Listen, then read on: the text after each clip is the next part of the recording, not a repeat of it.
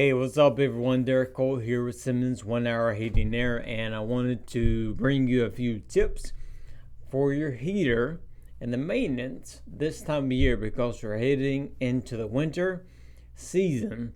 So, getting your heater ready and making sure it's checked and good to go is always a good idea. So, I wanted to share with you a few tips. Number one, it sounds so simple. It really does sound simple. Check your thermostat settings. Check your thermostat settings. Right.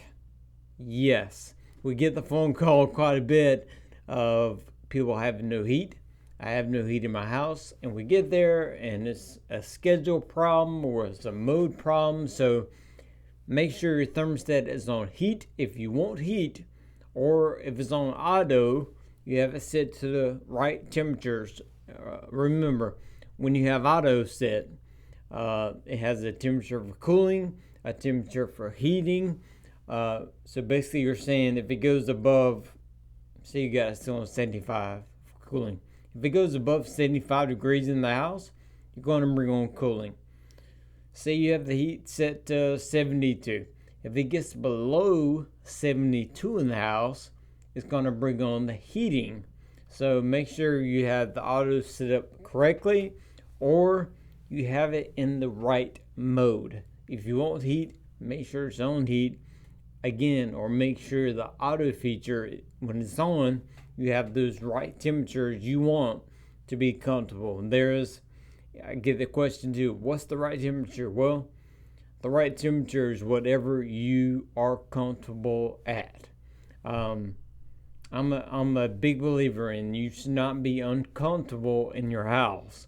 So whatever that set point is, if it's 68 on heating or 64 on heating or 75 on heating, whatever you're comfortable at is the temperature I recommend for your home. So check your thermostat settings. Also check gas connections. Make sure your gas connections are good.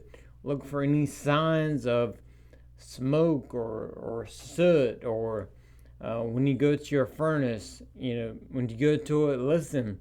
If you hear any kind of a hissing noise, all this could be some kind of a gas leak. Other signs include maybe a higher gas bill than usual. If you feel nauseous, if you have a bad smell, all of these things could be a sign of a gas leak. If you have any gas products in the house, also recommend I would always have a carbon monoxide alarm. Low to the ground, not high up, low to the ground, carbon monoxide alarm. Carbon CO.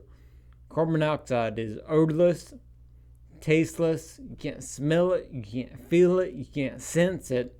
But if you have a gas appliance in the house, anything on combustion, anything in the house with combustion, you should have a CO alarm, carbon monoxide alarm installed in the sleeping areas as low to the ground. The wall outlet at the ground is good. You don't want it high. You want it as low as you can get it so it can detect a problem as soon as possible. Also, check the gas pressure. Fluctuate is kind of, I like to relate to tire pressure. Just because my tire pressure was good last winter doesn't mean when I go into this winter it's going to be good. I kind of correlate gas pressure the same way. Check your gas pressure every time you either get your tank filled up or you change seasons. Check that gas pressure. Make sure it's on the right pressure for natural gas or LP, whichever one you have. Make sure you have the right gas pressure going to that system. Also, if you have a gas appliance, examine the burner combustion. We all we all probably common knowledge tells you it should be a blue flame.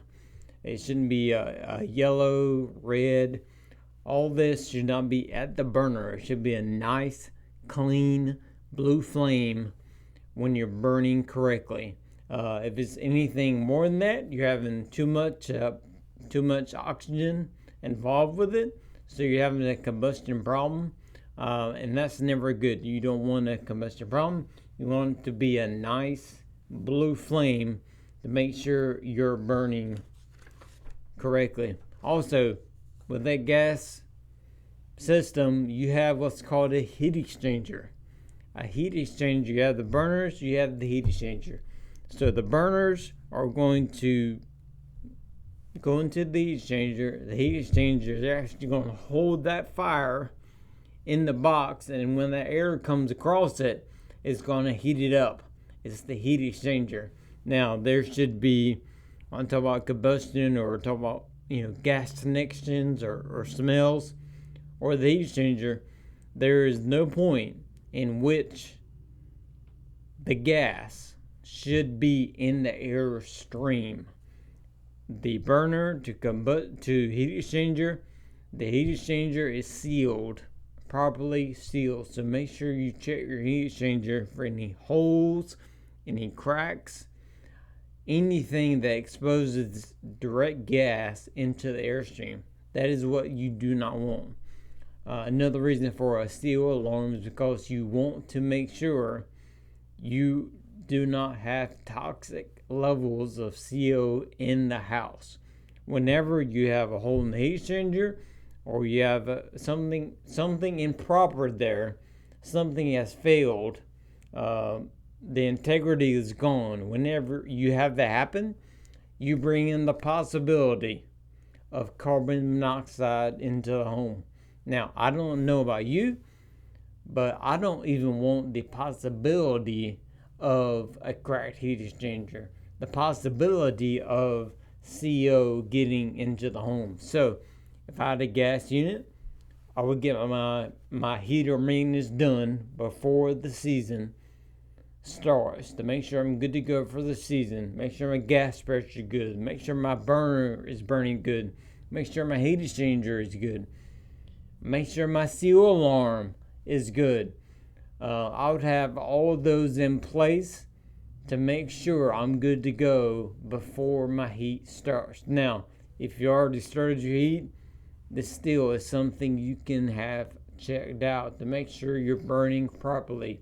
Once you get that gas bill and it's too high, it's you can't do it. You can't go backwards.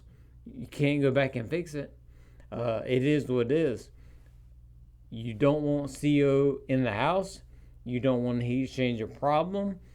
You want to catch it as soon as you can, as soon as possible, because heat exchangers, Goodman gives a lifetime warranty on some of these furnaces for the heat exchanger.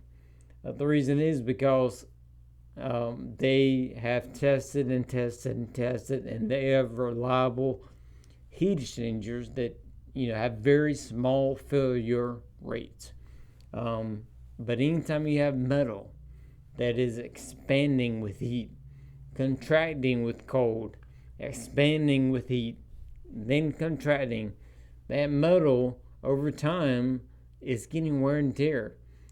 It's getting wear and tear, so it now has the possibility of failure. So make sure your heat exchanger is checked and you're good to go for the season.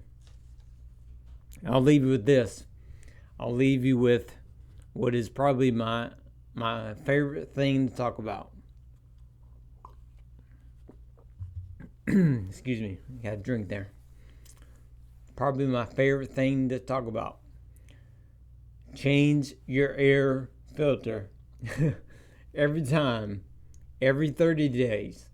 Have an alarm on your phone, somewhere on your calendar, somewhere that will go off and remind you to check your air filter. Over and over again, Energy Star has told us this is the one thing you can do to directly affect your energy efficiency. You change and check your air filter. Take it very seriously. The unit has run a marathon this last summer. It is fixing to run the marathon of the winter. You want to make sure it can breathe. You don't want it breathing out of a straw. First of all, you want to get your unit cleaned, checked, maintenance, but at the very least, you want to change that air filter. Is the one thing that you can do yourself. You can do it yourself. You don't need a pro. You don't need an all-pro tech to come out. You don't need any of that. You can do it yourself. But check or change your air filter. Now, we're coming off of the fall season as we speak. So we're coming off of very low run times. The unit, doesn't run a whole lot when it's 75 degrees outside and then 60 degrees at night. There's not a whole lot of runtime unless you're intentional about the runtime, which I am, but I'm a lot different than normal people because I'm in the business and I want my air to come through. I want to exchange. I want to activate my micro power guard. I want the air to come through to my coil scrubber, oxy quantum system. Make sure I have clean air. It's coming off very low runtime. So probably after a hot summer, it probably doesn't need to be changed every 30 days leading up to a winter.